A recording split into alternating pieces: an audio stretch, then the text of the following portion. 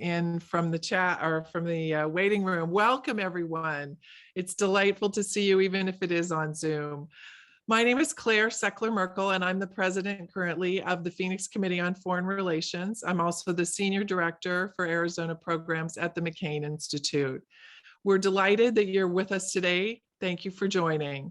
The Phoenix Committee on Foreign Relations is Arizona's premier foreign relations organization dedicated to growing Arizona's global prominence by providing forums that explore critical foreign policy issues and build enduring international connections. Today's program is a fantastic example of our mission in action.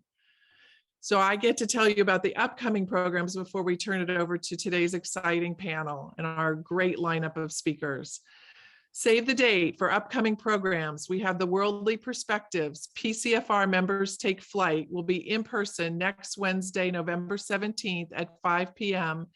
at Pomo Pizzeria in the Biltmore. Please join us for an evening of inspirational stories from our very own PCFR members, and enjoy a smaller venue to network and get to know each other a little bit better. We truly have a great group of internationally minded members at PCFR. If you're interested in joining our organization, I'd encourage you to do so. It's a free event and PCFR is buying the pizza. We are thrilled to be hosting Ambassador of Belgium, Régis Beau, on December 2nd as part of our Diplomat Forum with the Thunderbird School of Global Management and the Diplomatic Corps of Arizona. This will be a hybrid event. The following week, we host two amazing writers. Katie Martin of the Chancellor joins us virtually on December 6th to talk about Angela Merkel's incredible journey.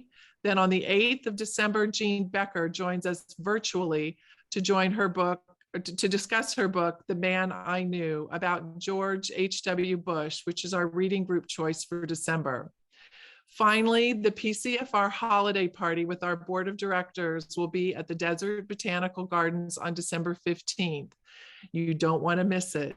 If you're not a member, please go to our website, pcfraz.org, to join, and we would love to have you with us. Before we get started, I have the pleasure of thanking our sponsors, who are truly the ones that make our work possible. Our title sponsor, thank you to Freeport McMoran. Our media sponsor, KJZZ.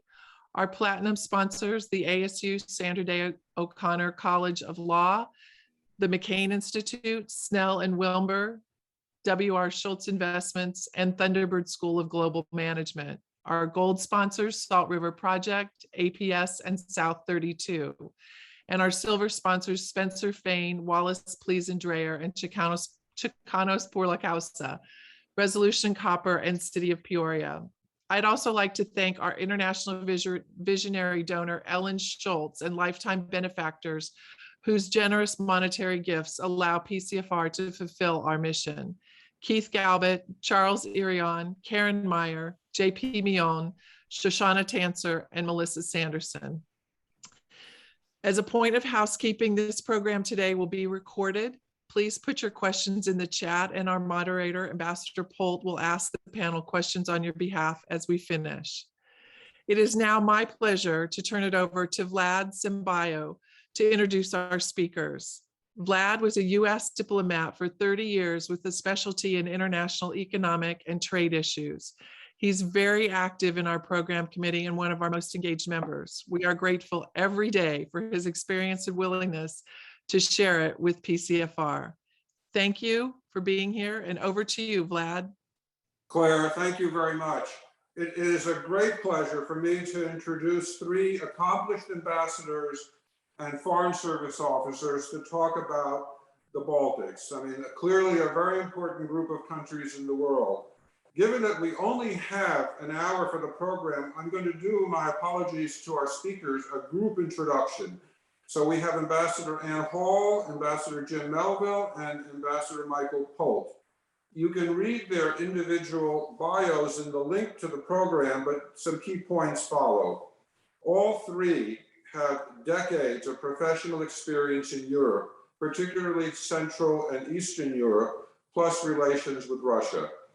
Anne was the U.S. ambassador to Lithuania 2016 to 19, Jim served as the U.S. ambassador in Estonia during 2015 to 18. Meanwhile, Mike was the U.S. ambassador to Estonia during 2009 and 12. He was also the ambassador to Serbia. All three have just a wealth of experience to share with us, and all three have gone on to both paid and volunteer senior positions with universities and non-governmental organizations following their time in the State Department. I'm going to turn the program over to Mike Polt, Ambassador Polt, as our moderator.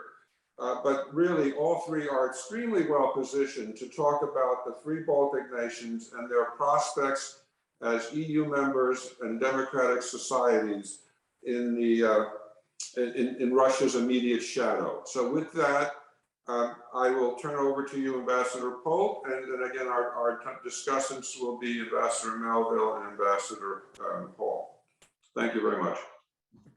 Thank you very much, Vlad, and thank you, Claire, and to all of you at the Council for having us with you to talk about a subject that is both important and near and dear to our hearts from our service in that region, including the people that we met there and the people that we engaged with on behalf of the common security of the United States and Europe and the transatlantic relationship. I want to applaud you also for having picked the subject tonight or this afternoon, the Baltics living with the bear, because at this point we talk so much about that other bear, the panda on the other side of the world, that it's kind of great for us to be able to talk about the one that we are even more familiar with from the long time that we have spent wrestling with this particular one. So as Vlad has already told you, all three of us have served in the regions and we have lived with that bear. And since that time, to my two colleagues, that all three of us have served, NATO and the Alliance have taken a lot of steps in support of Estonian, Latvian, and Lithuanian security. You noticed I mentioned all three countries. They actually don't like to be called the Baltics in a collective sense all the time. They prefer to be identified as to who they are, individual countries with individual needs and a common future and a common purpose. So since that time that we were there, lots of things have happened in terms of their security as far as the alliance is concerned, from long-term Baltic air policing to the enhanced forward presence, increased exercise pace, etc. So I'd like to start today with asking all of you, how do you assess the sense of security that our partners feel, and how do you assess the actual security that exists in the region? And as always, we always want to start with Anne first because she educates the rest of us. So Anne, if you would take it off and followed on by Jim, please. We'll let Jim educate us first next time. I think to start off, it's fair to say, I think, you know, the Baltics, I mean, they know Russia.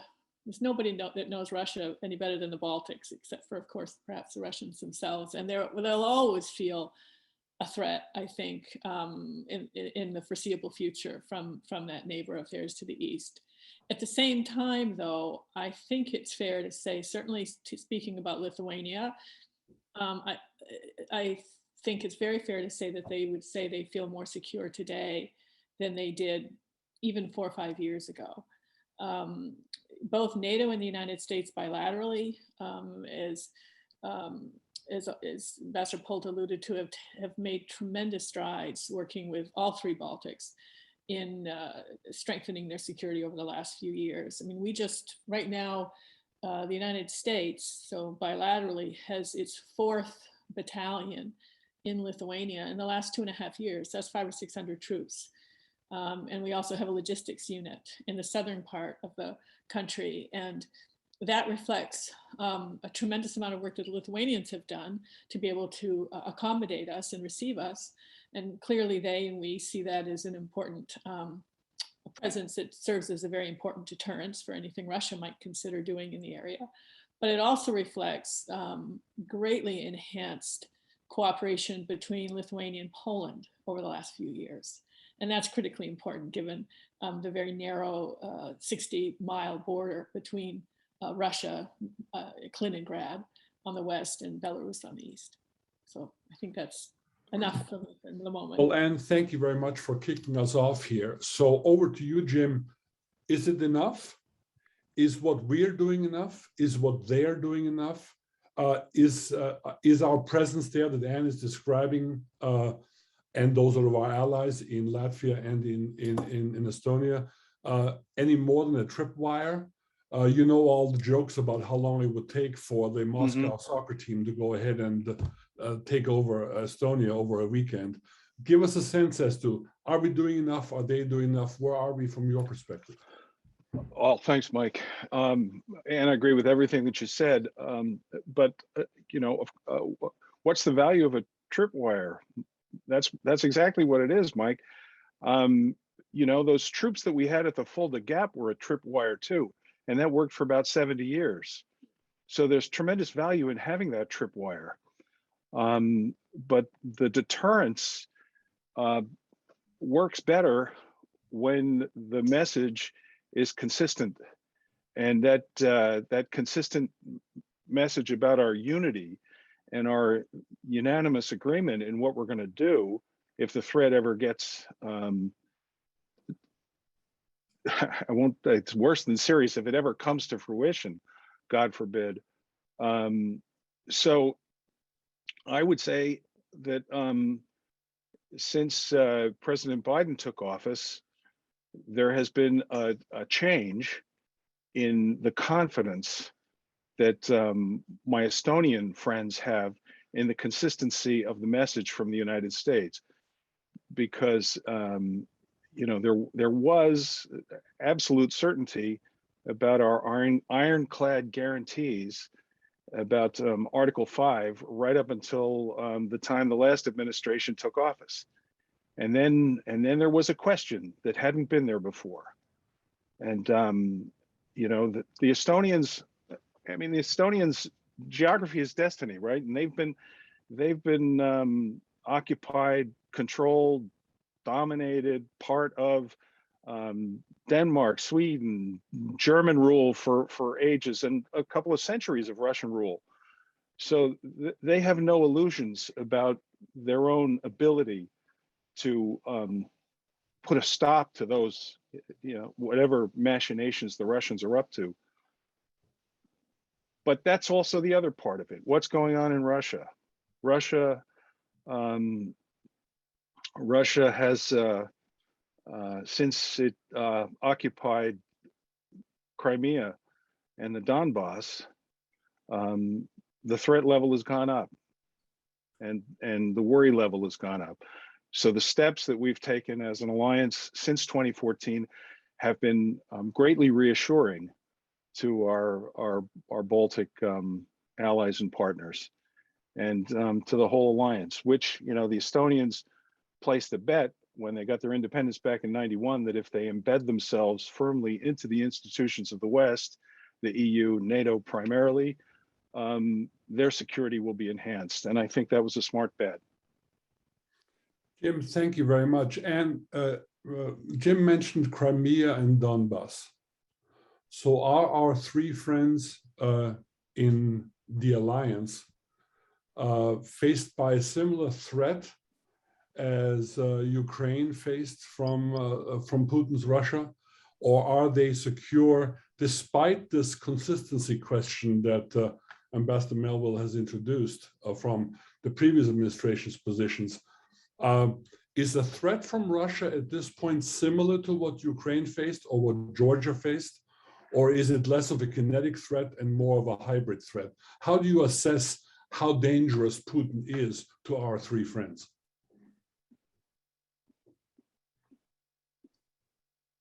You're on mute, Anne.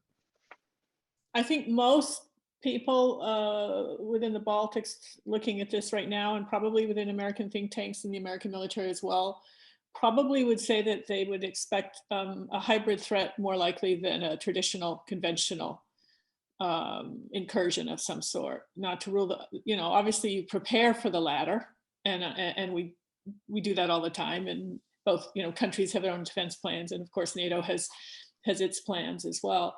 But I think the greater concern is the greatest concern really is some sort of a hybrid threat that would put NATO in a difficult position of whether or not to declare Article 5. And the fear is that that's exactly the sort of thing that Putin would like to see, that would undermine the credibility of NATO. And so it's precisely for that possibility that the Baltics and Poland and the United States work so closely to try to take steps in all areas, including, well, obviously borders, strengthening the borders and cybersecurity, and to try to cover the whole range of what some sort of a hybrid attack would look like, to prevent that possibility. And it also is part of the reason that the Lithuanians and the Latvians and Estonians, each in their own way, going back to what you said earlier, that they're each very distinct countries with distinct strengths, but in their own way, they also they work eastward. They work with the Ukrainians, the Georgians, and others to try to make sure too that they do everything they can to try to keep those countries moving in as much of a westward direction as they possibly can. And thank you for that. Let me follow up with you for a moment and stay with you and Lithuania, because you mentioned, of course, hybrid threats and the greater likelihood of that. Speaking of the unique challenges that Lithuania faces, from the Kaliningrad Oblast, which you already mentioned, to Lukashenko's weaponization of migrant flows with both Lithuania and, of course, Poland.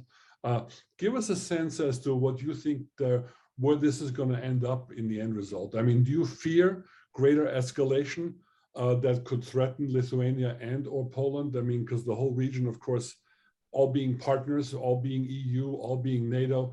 Give us a sense from that unique threat, additional one that Lithuania is currently facing.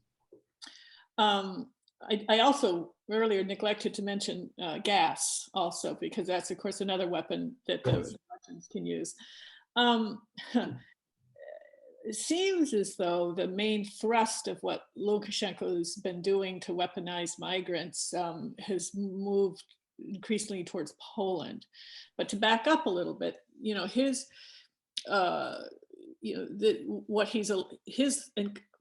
encouraging migrants to come to Belarus and then allowing them to move into the EU via initially Lithuania primarily, but now mostly Poland and to some extent Latvia, happened and was a result of reaction to the sanctions that the European Union put on Belarus after the completely failed the elections that were nowhere near free and fair, and the Ryanair incident as well, which really changed everything. And after that plane was diverted from landing in Vilnius and flew to Minsk, and they took off the journalists and they arrested the journalists. The EU levied sanctions that primarily were aimed at preventing or restricting Belarus's main exports, potash, petroleum, tobacco, and then there were asset freezes and travel bans for about 150 or so prominent Belarusians. And so it was after that you started to see these migrant flows come in.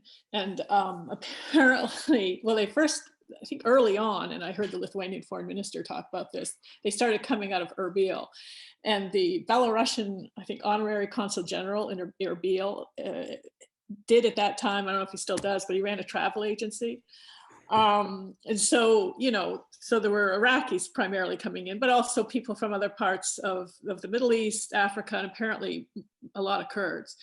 So in response, they started coming over the border. Lithuania has since sealed its border. The European Union has sent some Frontex officials up there to help. And it does seem as though they're moving towards Poland. How far will this go? I think that's not a question. I feel like, I guess my sense would be that I don't get a sense that people are expecting this to turn into some sort of a conventional incursion. You can pretty clearly watch what Russia's doing. We have lots of ways of looking down and seeing, where their tanks are and things. I think the bigger question is what Russia was going to do with respect to Belarus. and what Putin is going to expect from Lukashenko. And I think that's going to be very interesting to watch over the next few weeks.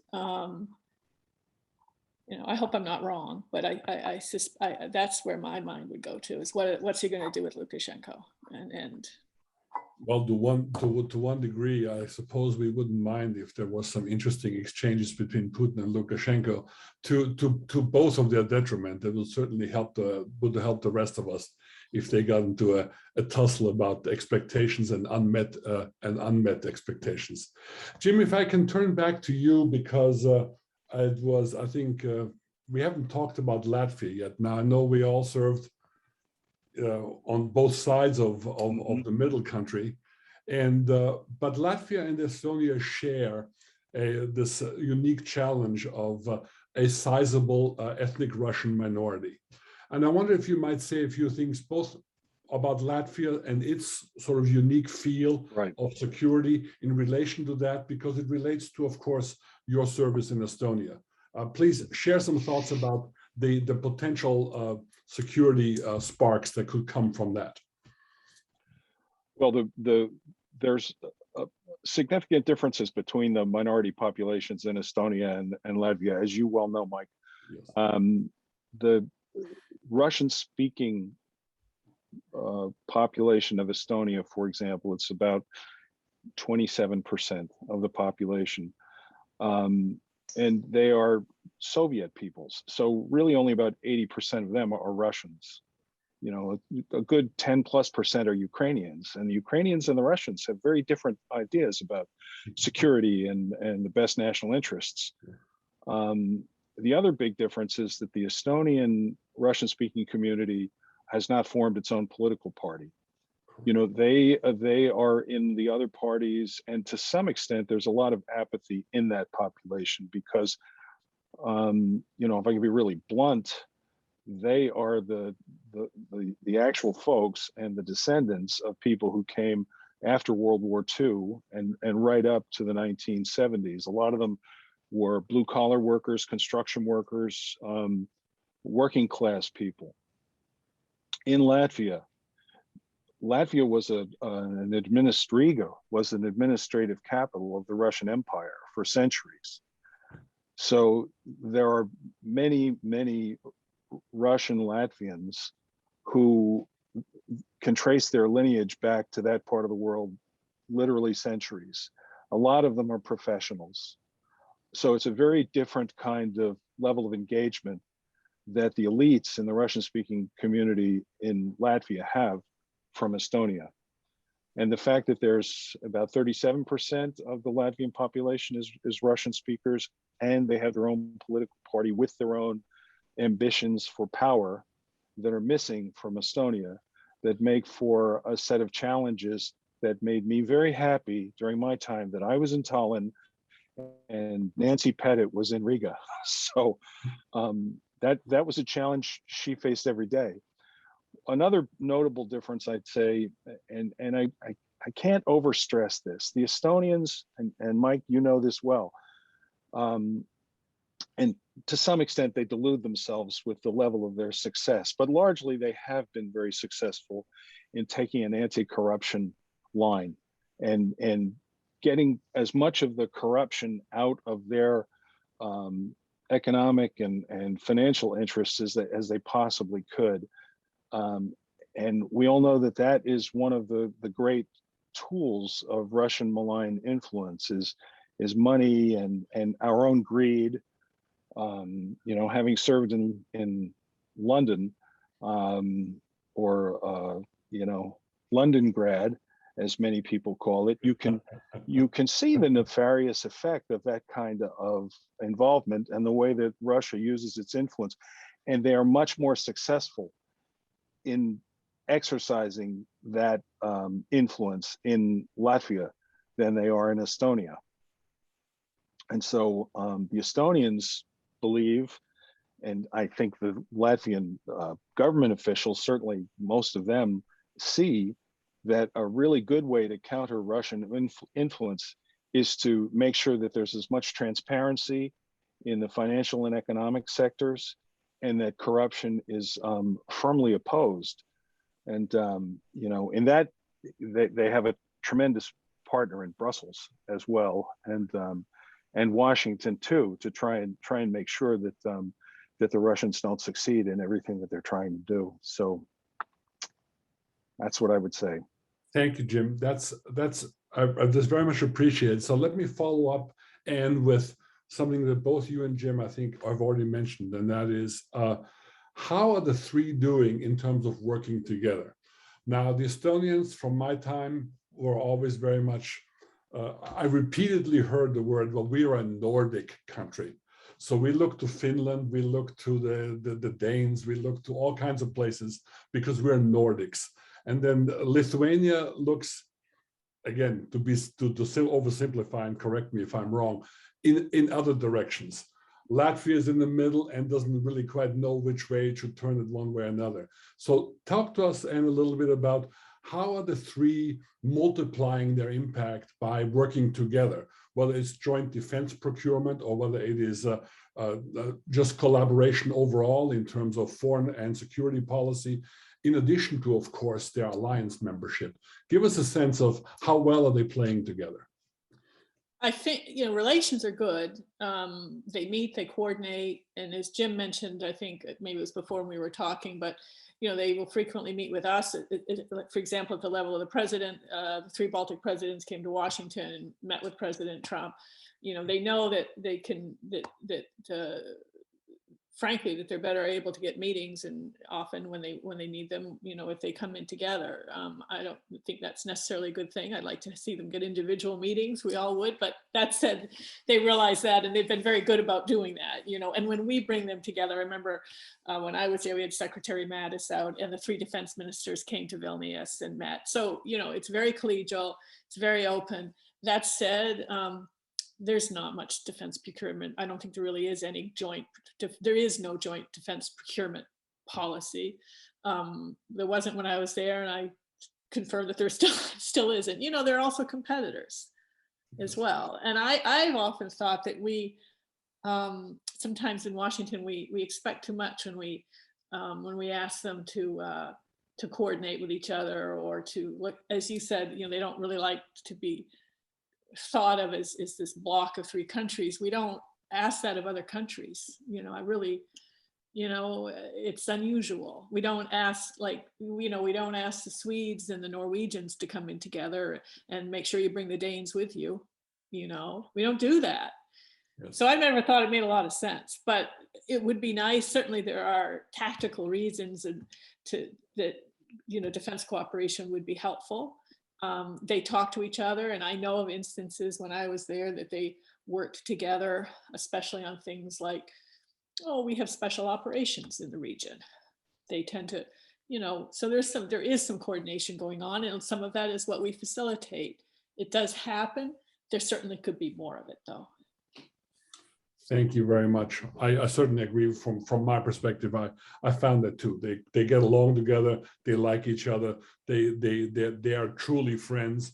They're partners. They're also competitors. And no, they do not do any joint procurement. And no, they don't do any. They would much rather play in a much bigger fishbowl of NATO than in the regional one of the three of them together. And I, like you, would say that I can't really blame them.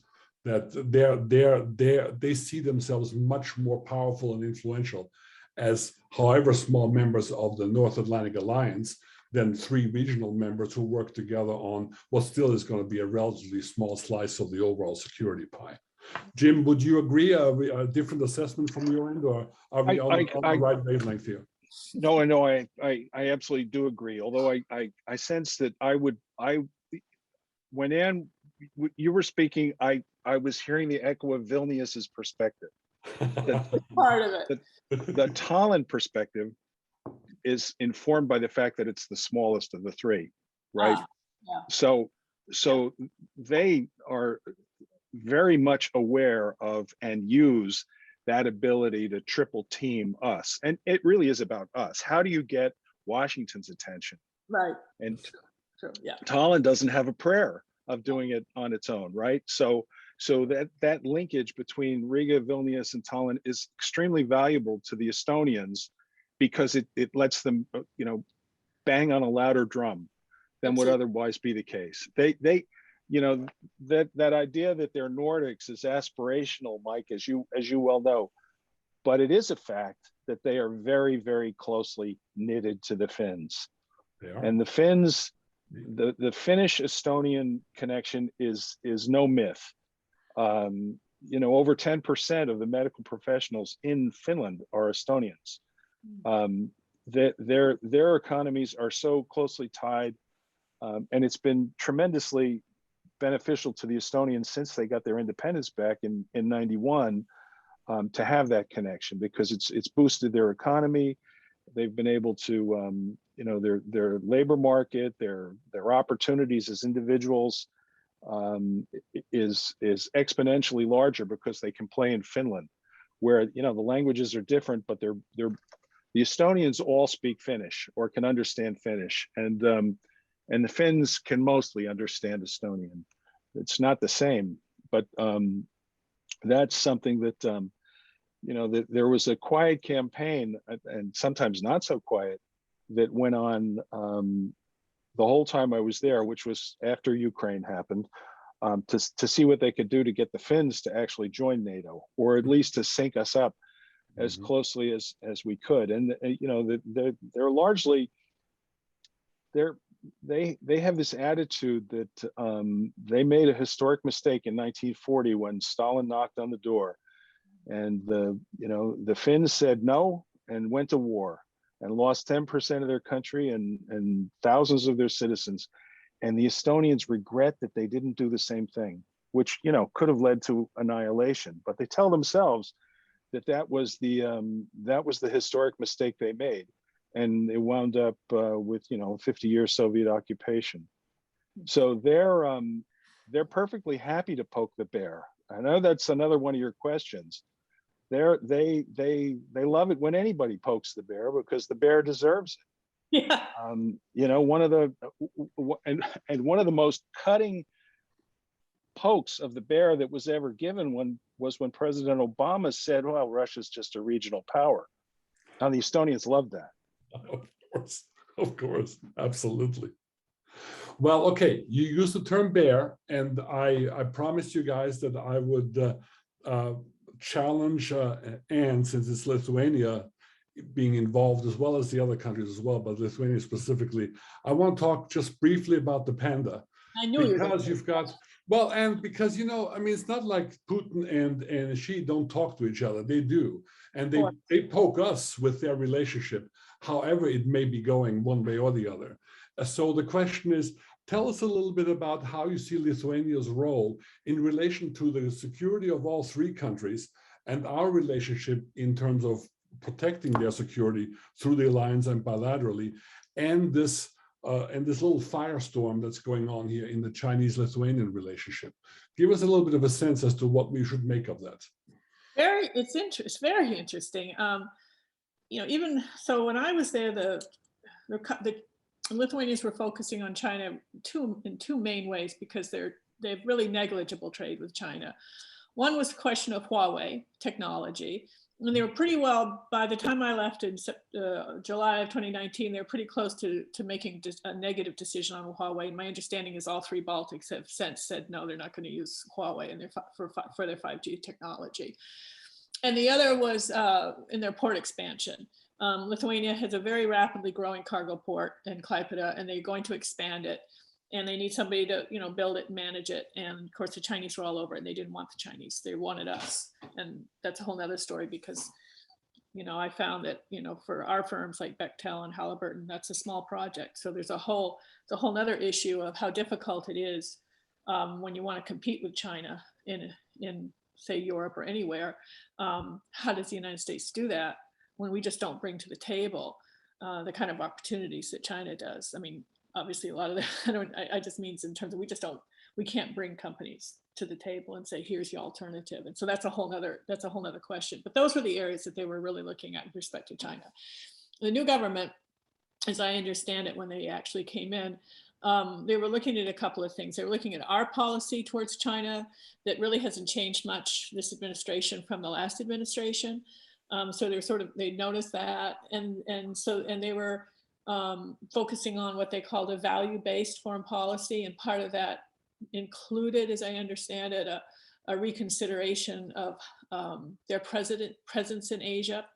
And so they were looking, their presence in Asia really had previously consisted of just an embassy in Beijing. And they're looking at, maybe already have, but the plans are to open embassies in South Korea, in Australia. They just sent one of their very best diplomats down to Australia, and Singapore. And then also to strengthen their presence in Japan. And they've got one of their very best diplomats in Japan. So that was their policy, as I understand it, is when the new administration came in. And then, of course, since then, they've taken it further, and they're looking at opening, probably by the end of this year, they'll have a representative office in Taiwan, and the Taiwanese will have an office in Vilnius. And as a result of that, the Chinese have pulled their ambassador, not surprisingly, have invited the Lithuanian ambassador to leave Beijing. That's, from what I understand, it's been a relatively popular policy, at least initially it was. I don't, in Lithuania, I don't know whether that's changing. Because there's not much trade with China, the economic effects so far have been restricted to a couple of sectors. Lithuania has a world-class laser industry. And China, of course, produces a big part of the world's semiconductors. So China has very, very, very carefully cut access for Lithuanians to the Chinese market on some very technical things that they need. So that, I think, those consequences will bear out. I don't know that it will have a big effect on Lithuania's GDP, probably a little bit, but I think it remains to be seen how popular this, this current foreign policy will be. But Lithuania, they were the first of the former Soviet republics to declare their independence.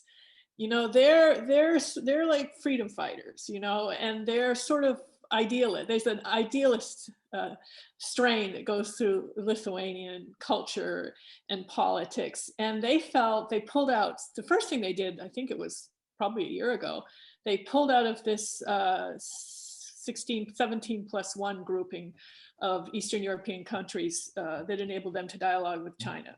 And my understanding is they felt as though they really weren't getting they weren't getting anything out of it, and it was kind of it was kind of kissing the China's ring, I think is probably how they felt from what I've heard.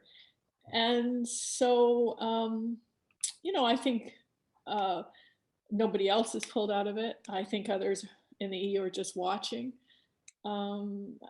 I don't know, but they're resolute. From what I understand, they're very resolute.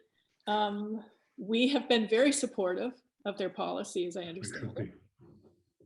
So, well, we should be supportive, and we should applaud principle, which they're following here. And I wish sometimes we would be equally resolute in the way we approach the issues, and somewhat less pragmatic at times, as I feel.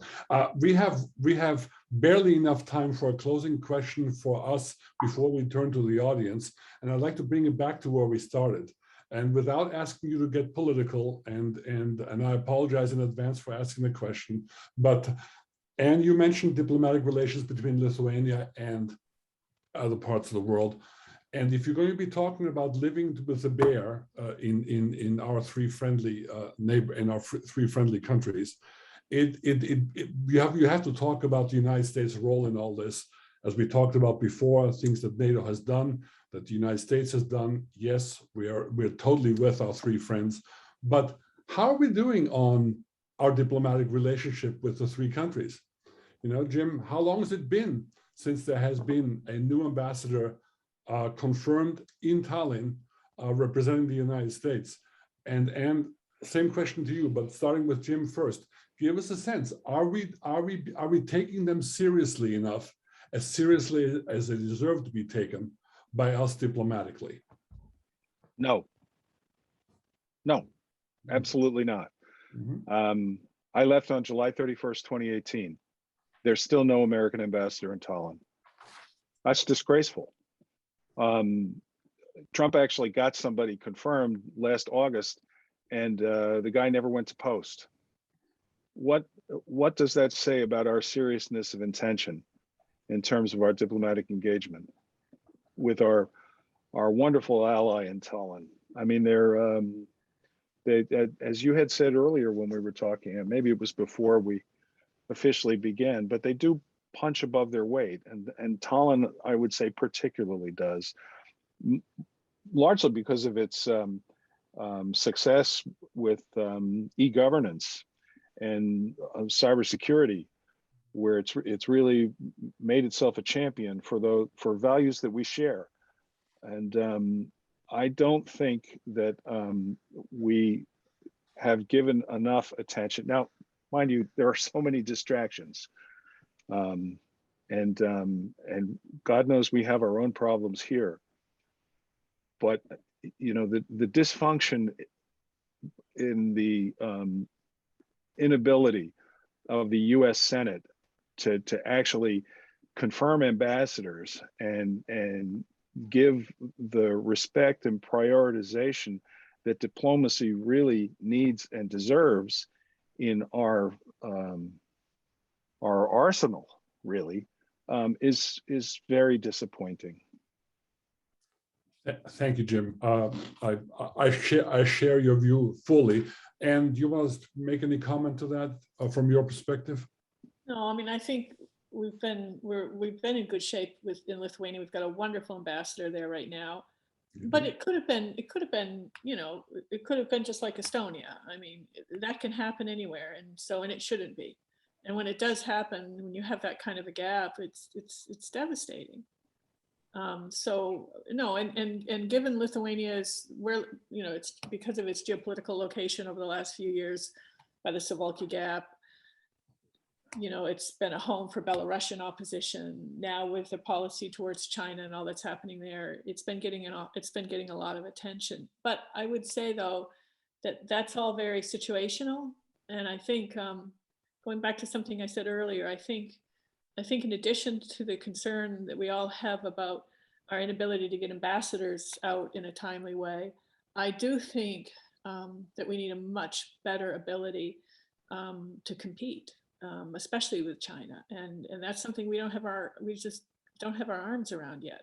But we grappled with that when we were there in the last administration, and that was actually it was a good initiative. I don't know where it is now, but there was a realization that that, you know, we have to do more than pay lip service to our concerns about what China's doing in the Balkans, especially in those countries that are not yet in the European Union and that are more susceptible to Chinese corruptive pressure.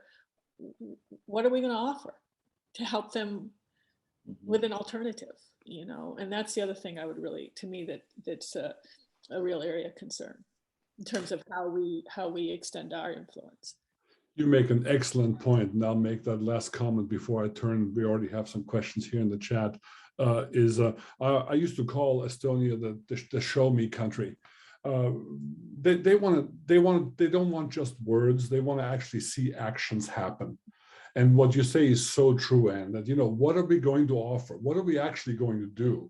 Other than soothing words or assurances, even Article 5, as important as it is not enough in and of itself. There has to be some evidence. And we didn't get to the question about Afghanistan because we want to be able to have a chat with the audience. But of course, one of my questions had been, what has Afghanistan withdrawal done to the overall confidence level in our three partner countries there? But let's go ahead and turn to the audience and start with the first one that I have here. And the first one says, Estonia has become a member, has become an international cyber center in some respects. Jim, this is going to go to you. I believe NATO has located the cyber warfare center in Estonia. Yes, it has. And independent Estonia is leading the way in regulating and understanding the cyber world. Yes, it plays a very important role. Does that provide Estonia any real advantage, Jim? Does their cyber prowess, and you mentioned e-governance before, the question is, does that provide Estonia any real advantage?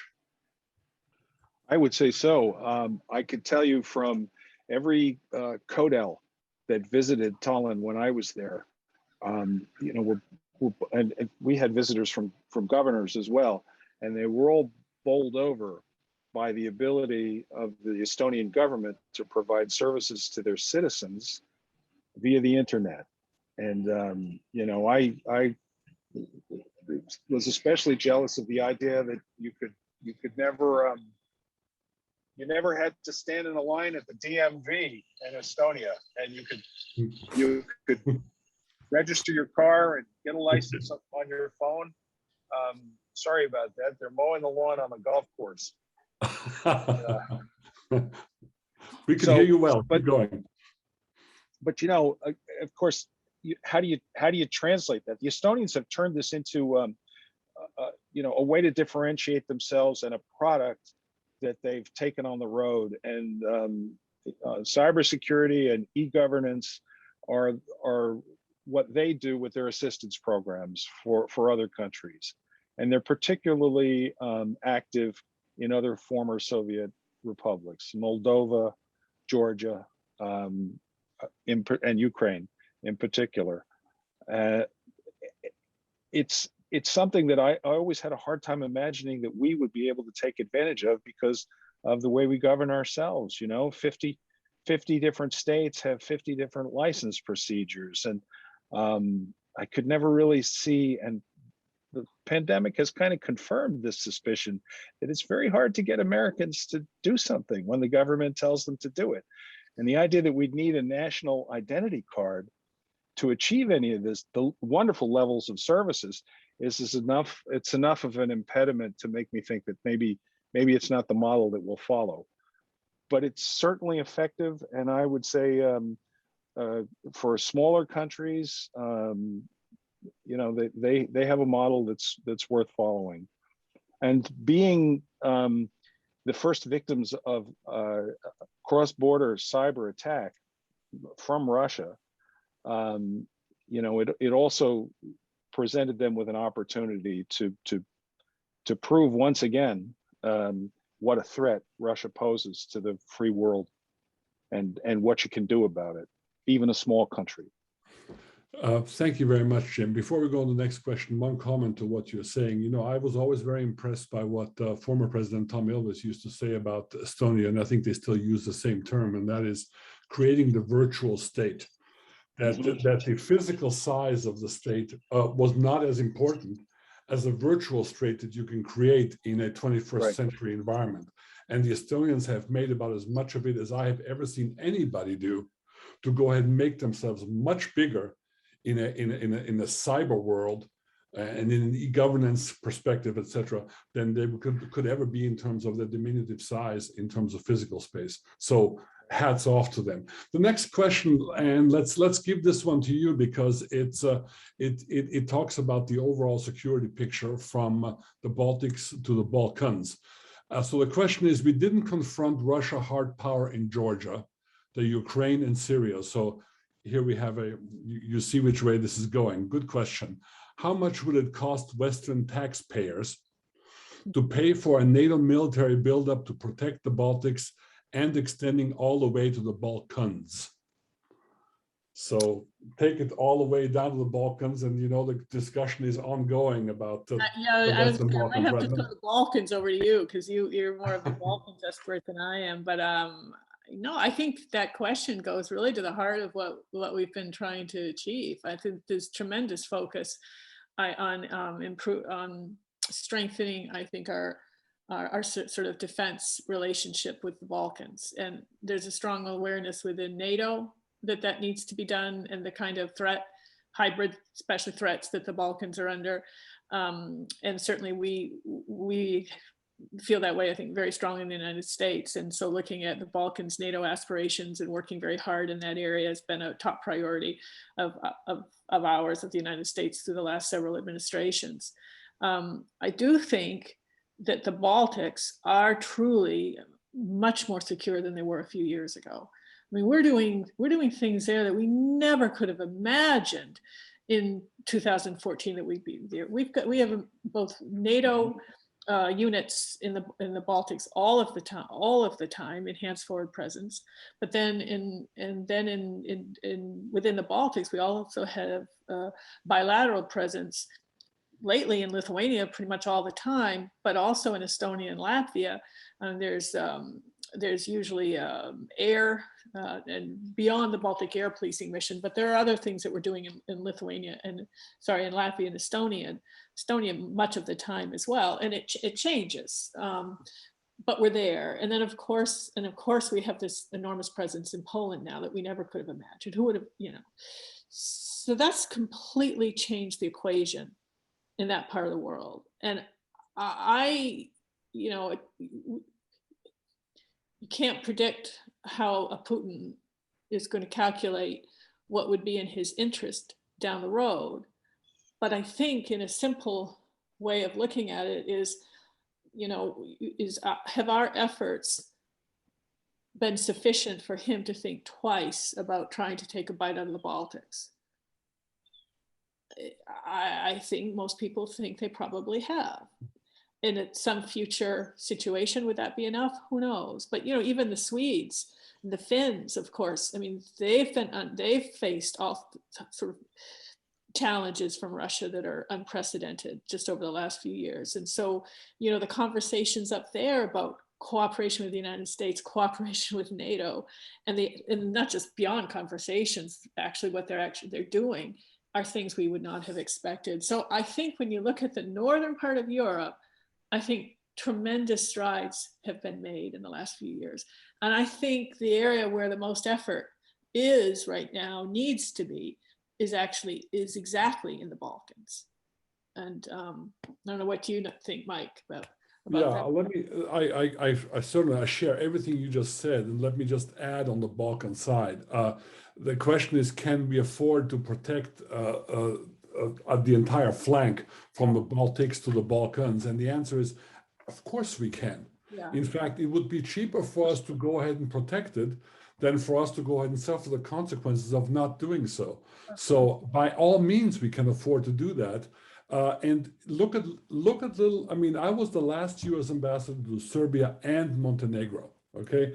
When they had that very strange construct of the state union of Serbia and Montenegro before Montenegro became fully independent. Look at what Montenegro has done now as an independent country and now member of NATO, despite Putin's attempt to overthrow the government of the country. Yeah. Mm-hmm. So the answer is, it can definitely be done. It depends a great deal, of course, whether some of the countries that are left in the Western Balkans, what they decide whether they want to be fish or fowl. What do they want to be when they grow up? Does Serbia want to continue to go ahead and fight the Ottoman Empire in the 15th century? Or does it want to join the Western community in the 21st?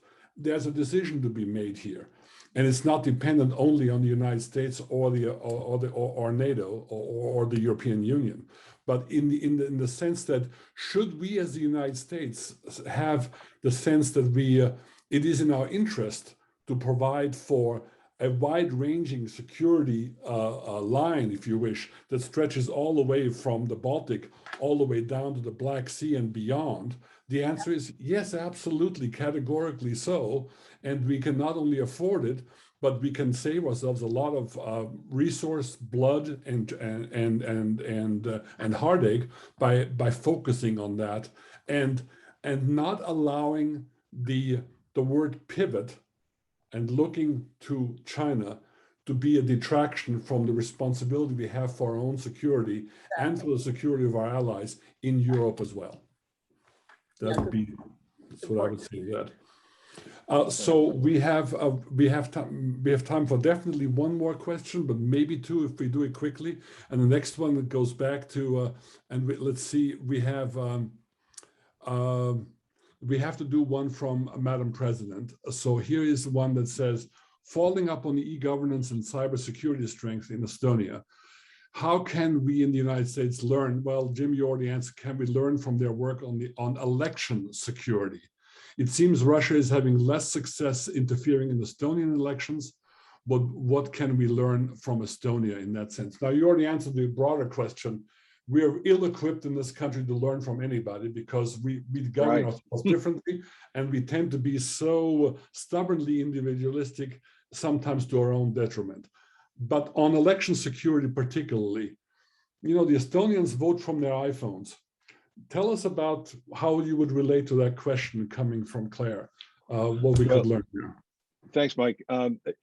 You know, I think it's only about 20 some percent of Estonians actually do vote from their phones, because there's such a deep appreciation for the fact that they have their democracy back, that actually going to the polling booth is a great patriotic act. Yeah. And that's where election security is. I mean, I think most of us can agree that there was no electoral security issue in our last election. It's a political issue. It is not a question of electoral security. The fraud is so rare as to be almost, you know, insignificant. So what I would say we could learn from the Estonians is to appreciate our democratic values, and not, you know, this is an hour-long topic at least, but the difference between a parliamentary system where you are forced to look for that compromise space to come to some agreement that everybody can live with, versus the zero-sum game of I win, you lose, you win, I lose, that seems to be dominating a lot of the political discussion and machinations here, accounts for a lot of the difference too, I'm sad to say. Thank you, Jim. I hear loud and clear what you say. I would just add that in relation to Claire's question about the Russian interference, everything you say, I share, and it's a fact.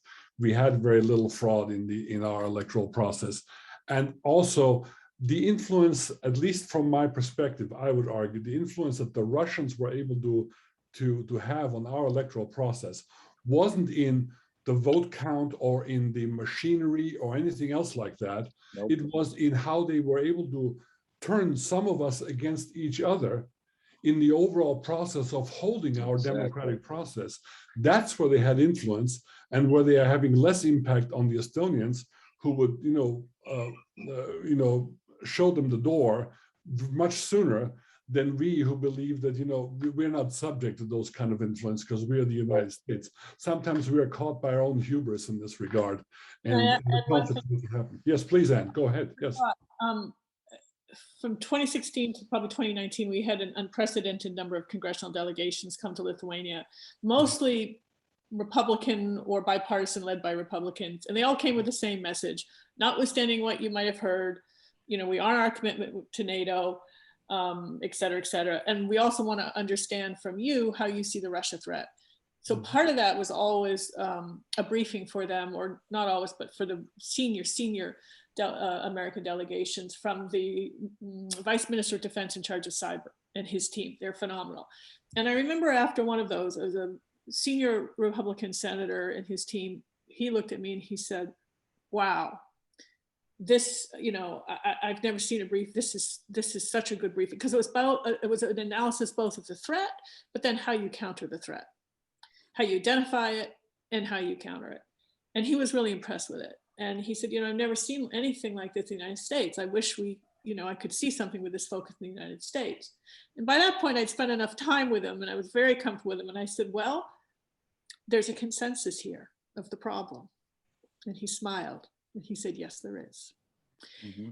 And I think it all goes back to that. And, in Lithuania, and I suspect in Estonia too, there are efforts to teach critical thinking to high school and junior high school age students, so that when you see something on social media, you can think about whether or not it's true. If you see an assertion, you know where to go for primary sources. So you can try, you know, so somebody says something about the economy. Is it true? Well, where do you go to look at to get the data, to judge for yourself? We're not teaching any of this here at all. And these are basic, to me, basic tools that young people need to have in a society where information, false information is coming to them all over the place. And it's like coming from a fire hose, and we don't know as a world, as a society, how to deal with it yet. And I don't know, you know, how successful the Baltics will be in, you know, these relatively small efforts to try to teach what I would call critical thinking or media literacy or whatever it is. But they still know that democracy is fragile. They get it. Right. And I don't think we yet realize that.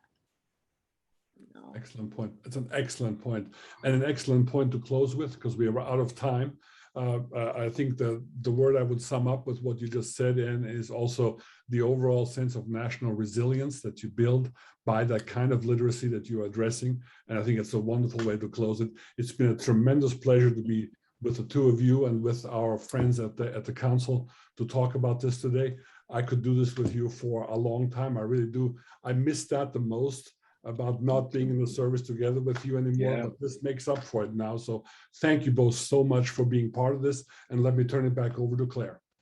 Thanks, Thank Mike. you so much to Ambassadors Hall, Polt, and Melville. I couldn't have envisioned a better discussion. It was just fascinating, and I too could sit here all afternoon and listen to this. It's an exciting, interesting part of the world, and I have to say I come away more hopeful from your comments than I did when we started about the future of those three countries. So thank you very much for your time. PCFR members, thank you very much for joining us. Those of you who might be visiting, check us out at pcfraz.org. And we look forward to seeing you at the next event. Thanks for being here. Thanks a lot, everyone. Wonderful to be with you. Have a great afternoon. All the best. Thank you. Thank you. Thank you. Thank you. Terrific.